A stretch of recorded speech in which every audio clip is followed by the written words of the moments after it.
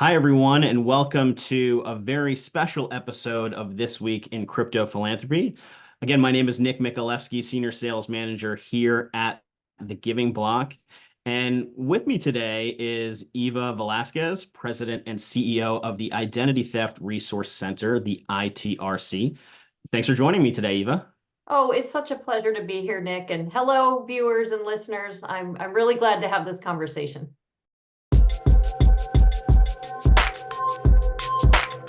Amazing. So, Eva, we're really excited to dive into the conversation around your organization's recent record-breaking Bitcoin donation valued at $1.4 million. Now, this gift was the largest single donation from an individual in your organization's 25-year history, correct?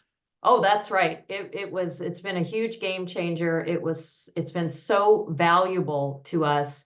And as an organization that is primarily grant funded through Department of Justice, Office of Victims of Crime, to get a donation of this size, I've said it several times. It's not hyperbole for me to say this is a real game changer for us. Yeah, that's amazing. And I have to confess, I wasn't immediately aware of the ITRC. And so maybe could you take a moment and just briefly explain the work that you do and the overall mission of the ITRC for our viewers?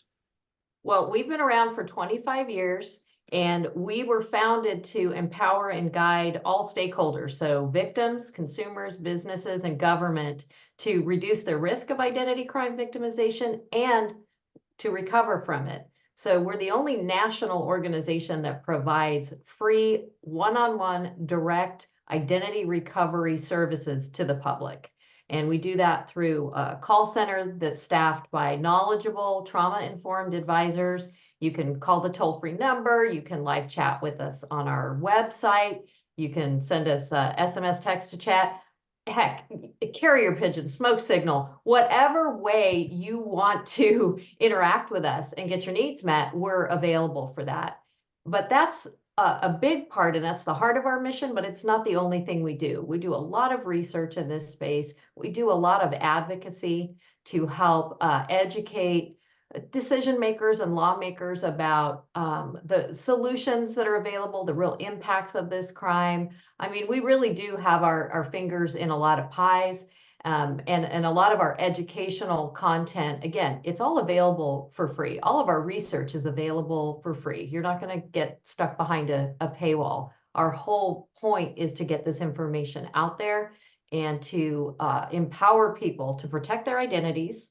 And if something does go wrong, to know that they have someone who's going to be there to help them. That's amazing. That's great. Well, we'll definitely put links in the show notes to the organization and all the helpful information, just so everybody can go check that out for themselves. I certainly went on the website and I put in my information, my email, and I saw all the breaches that I was involved in. And you guys had all of them. There wasn't anything new, so no new surprises. So, but the website is great. It's so easy to use. So, I encourage everybody to check it out. Yeah, I mean, we purposefully built also that web-based self-help, and it's great. And there's a small segment of the population that can use it and go, okay, I have this one very specific need, but it's not just web-based. Again, we have Yep. people behind this that can help give you that one-on-one if you need it.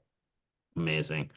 Well, let's switch back to, this great donation, and, everybody's eager to know, how this donation, even came about. So if you wouldn't mind, just, I'm sure it must have been a shock. So love for you to just sort of describe, the moment that you heard about this donation. It was both a shock and unbelievable. And as an organization that is very scam aware, I mean, we're educating people. Don't click on links. If you didn't initiate the communication, don't engage, verify. And because this donation came directly from you guys, this came through you. And the work that the Giving Block is doing to encourage philanthropy in the cryptocurrency space. So we were unaware that that our mission had resonated so much with this individual. And when you all reached out, we were laughing internally. I'll share with you that when we got the email, we were joking and said, yeah, it should just also be signed in PS, I'm a Nigerian prince. We were like, this can't be real. But of course, we had an obligation to do our due diligence, which we did, did our background research on you guys, had a meeting, and just went, I can't believe this is real. I'm a little leery to say that because the scam awareness person in me really doesn't want to give people too much hope that that one email that they get is going to be the windfall.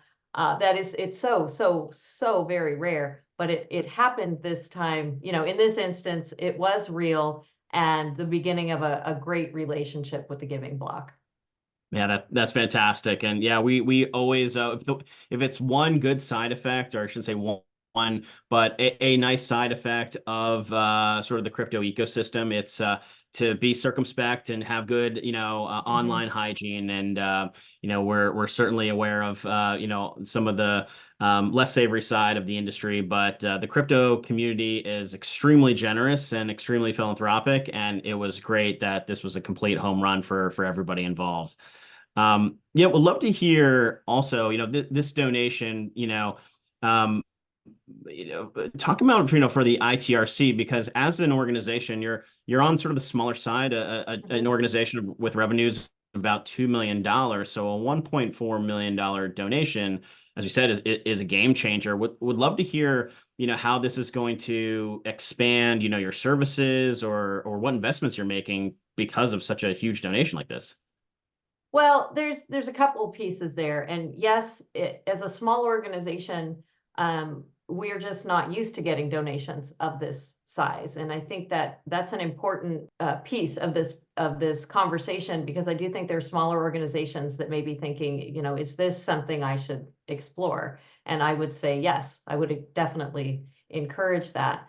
And the other piece is that this is unrestricted, and for us that means that we get to invest in areas that our grant funding and our project-based grants just simply won't allow us to do. And I say that with that's not a negative thing about our grant funding. It's just simply the way that's set up. Very specific goals, very specific deliverables, very specific budget spends. So when we have a need that is outside of those grants, it becomes harder for us to meet it. So a donation of this size, we're taking two approaches here. First, it's allowed us to meet an immediate need, and that is we're hiring another victim advisor. So we'll have one more person out there on the front lines helping people when they reach out to us. Hopefully, it'll reduce wait times. It'll just, like I said, allow us to expand our services. The next thing that we're going to do is be very, very thoughtful in our approach. So we're taking our time. We are working directly with our governing board, our advisory board, and our executive team to really think about what is the best use of this donation for the organization to meet the needs of the public. So I am very happy with this approach because we are meeting that one immediate need, but we're being super careful and being good stewards of the money that this person gave us. I mean, I know that their intent is they want to help more people and they expect us to be good stewards of that money. So moving a little bit slower on the strategy for the rest of it, I think is the way to go. Yeah, and I love that. I think that'll really resonate with you mentioned a great point before we hopped on here about how your mission is very specific, and again it solves some of these fundraising challenges Mhm. for those organizations that have a very defined mission, something that might be a little bit niche that doesn't have a wider application. So a great additional flexibility here for the year coming up. That's Mhm. awesome. Do you have any, I don't know, advice that you'd give to, other nonprofits about, utilizing, this avenue, or do you have some plans to sort of increase your visibility and outreach to the crypto community because of this? Well, it's interesting because where we sit in this space, we are sort of crypto adjacent. And I have learned that within this community, I mean, this donation didn't it reinforced what I already knew, and that was that there are serious folks in this community who really believe in this currency and they want to ensure that it is used appropriately and that it's legitimate, and they want to get rid of the bad actors in this space.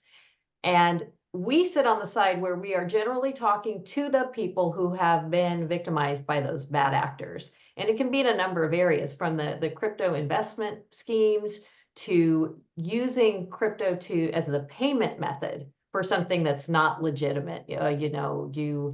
It's a tech support scam, it's a romance scam, any of those types of things. So it feels there's something poetic about the industry itself saying, no, we want to not only get rid of the bad actors, but we need to acknowledge that there is some harm being caused here, and we want to do something about it. I just think that's, like I said, it's poetic. It's beautiful. This is going to allow us to continue to help the people who are victimized, but at the same time to build deeper relationships with the crypto community, and just learn more about what are the things that you all are seeing that need to be addressed in this space, and how can we help? I mean, at the end of the day, isn't that what nonprofits are here for? We're here to help. So Absolutely. I'm looking forward to the learning that we're going to do about how we can help, and we're in this place where we sit. So I would encourage other nonprofits to absolutely explore this, because we know that philanthropic giving has actually gone down significantly over the years, but it doesn't appear to be the case in the crypto community. And I don't have any hard data to support that. This is just my opinion. And I'm probably, riding high after this amazing donation. But if this is a place where philanthropy is not only alive and well, but thriving, then all nonprofits owe it to themselves and to their organization to have these conversations and start exploring this. Yeah, that's great. And I couldn't think of a better place to kind of start to wrap things up. And good news for you and for the folks that are, watching this. On the philanthropy side in crypto, it's been accelerating at a rapid pace. Certainly one of the fastest growing avenues for philanthropic giving here in the United States. So a lot more to come, a lot more runway. And I guess, as we, before we kind of close things out today, even if our viewers want to learn again a little bit more about you and the ITRC, where should they go? Well, I would encourage everyone to visit our website, idtheftcenter.org, and I believe you'll have it in the show notes at the bottom. It's a great place to start because it's very simple.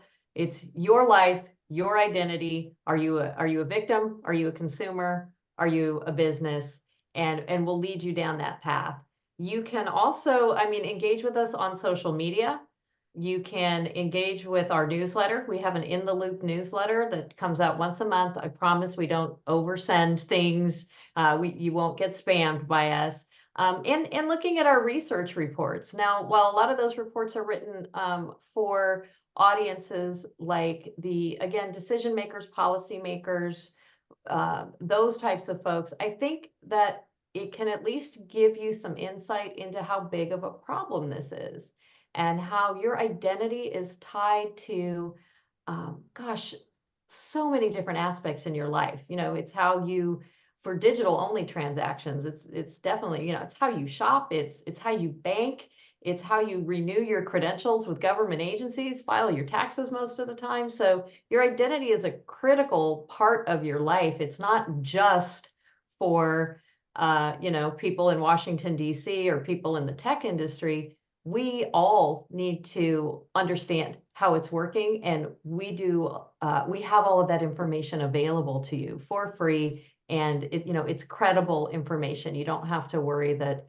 oh, can I believe this? Is that really how it works? Yes, we put a lot of effort into making sure that our information is accurate, factual, and frankly, readable. You're not going to get a lot of tech speak if you start reading our blogs and sign up for a newsletter. Excellent. Amazing. Well, I know that everybody will sleep a little bit better knowing that this philanthropist out there has given you the capabilities to add to your team, put even more of those great services in place, and that's fantastic. So we're so happy for you.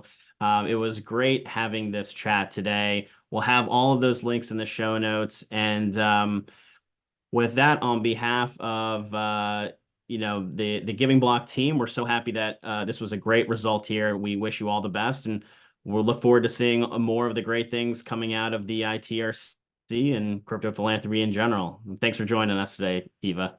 It was an absolute pleasure, and I would be delighted to come back again and have this conversation again when we get another donation. Fingers crossed. Sounds great. Yeah, we'll make sure to do that. Well, everybody, thanks for joining another episode of This Week in Crypto Philanthropy. We'll see you next week.